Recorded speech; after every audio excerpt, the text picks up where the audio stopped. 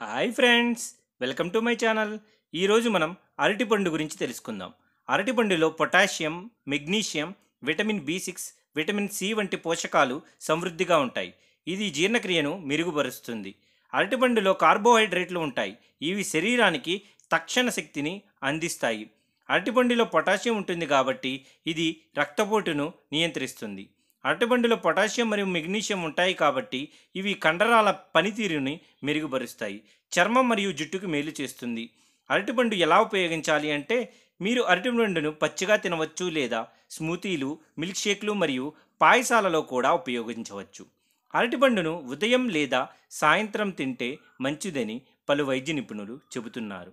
ముఖ్య గమనిక: అరటిపండును అధికంగా తీసుకుంటే కొన్ని సందర్భాల్లో జీర్ణ సమస్యలు లేదా పొటాషియం స్థాయి పెరిగే అవకాశం ఉన్నందున, కాబట్టి అరటిపండును మోతాదులో తీసుకుంటే చాలా చాలా మంచిది అని మన వైద్య నిపుణులు చెబుతున్నారు.